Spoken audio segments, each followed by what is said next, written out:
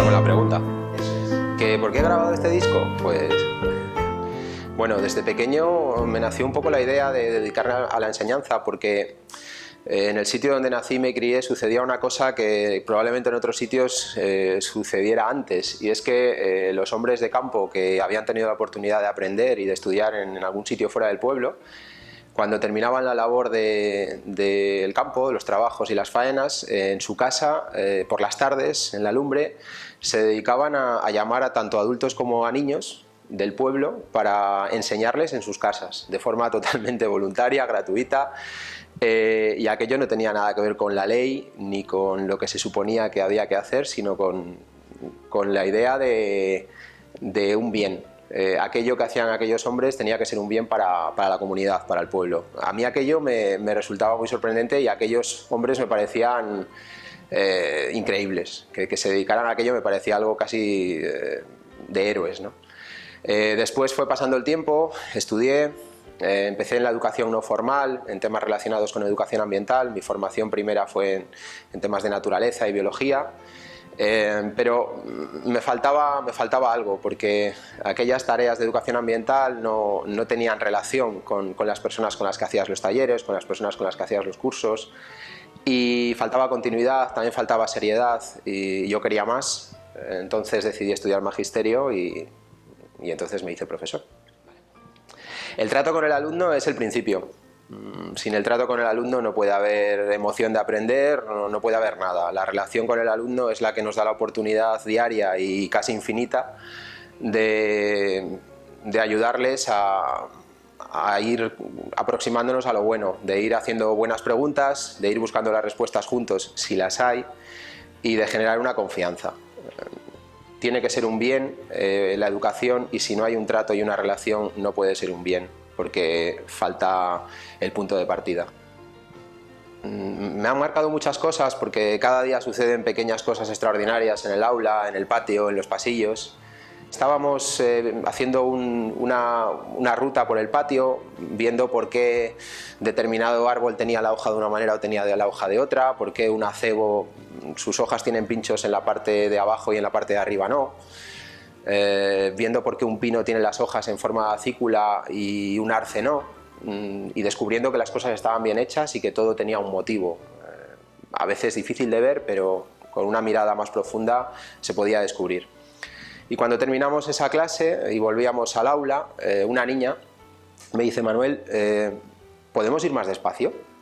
Y yo le dije de broma: digo, tú lo que quieres es llegar tarde y no dar clase, ¿no? Quieres pasar más rato aquí, hacer una mañana estupenda. Y dice: no. Dice: no, es que ahora necesito más tiempo para mirar las cosas mejor. Eso también tiene que ver mucho con el Colbe, con la forma de enseñar que tenemos en este colegio, y con la ambición de producir en los niños esa sorpresa, ese impacto y esa mirada larga para descubrir las cosas hasta el final.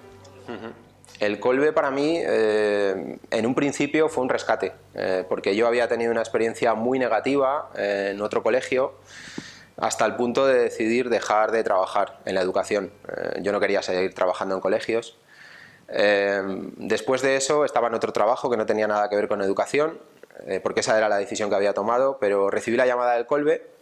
Además fue muy curioso, porque estaba en Egipto, estaba en la presa de Asuán, recibí la llamada del Colbe, volví de Egipto, lo primero que hice cuando me bajé del avión fue venir al Colbe, y ahora estoy trabajando en el Colbe.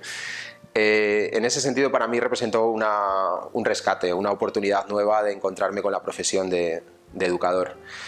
Después descubrí que en el Colbe hay muchas cosas. Me quedo con una, que es la libertad. Nunca en ningún otro lugar he sentido la libertad al trabajar que he sentido en el Colbe, y creo que es algo que comparto con todos mis compañeros. Todos decimos lo mismo.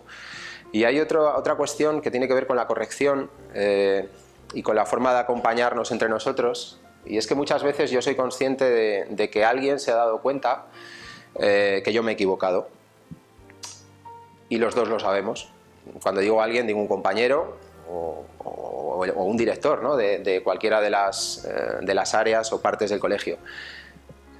Existe esa conciencia del error, no se penaliza, porque el error es el punto de partida y un impulso para mejorar, y a mí eso me genera mayor responsabilidad que si me lo dijeran o si me hicieran patente ese error que yo ya sé.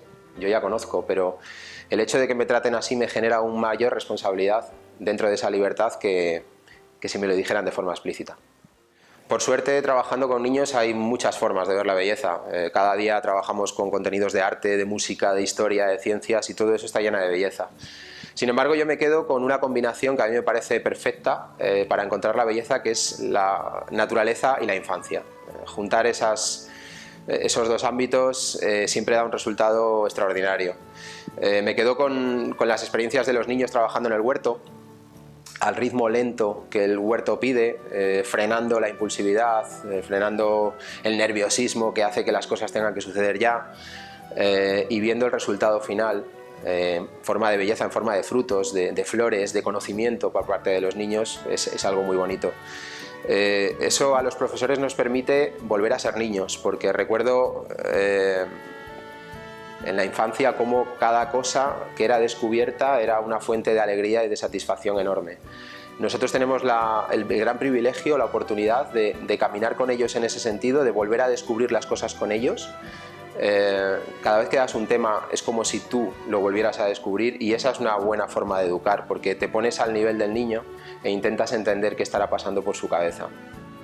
Y también creo que educar en la belleza tiene que ser algo sencillo, no tiene por qué estar lleno de cosas, lleno de artilugios, lleno de recursos.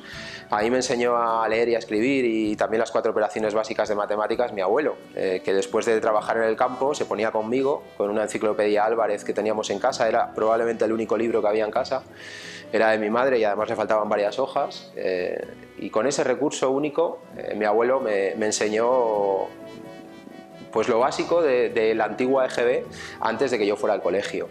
Entonces ahí había mucha belleza, en esa sencillez, en esa voluntad de que aquello fuera un bien para mí. Creo que había mucha belleza.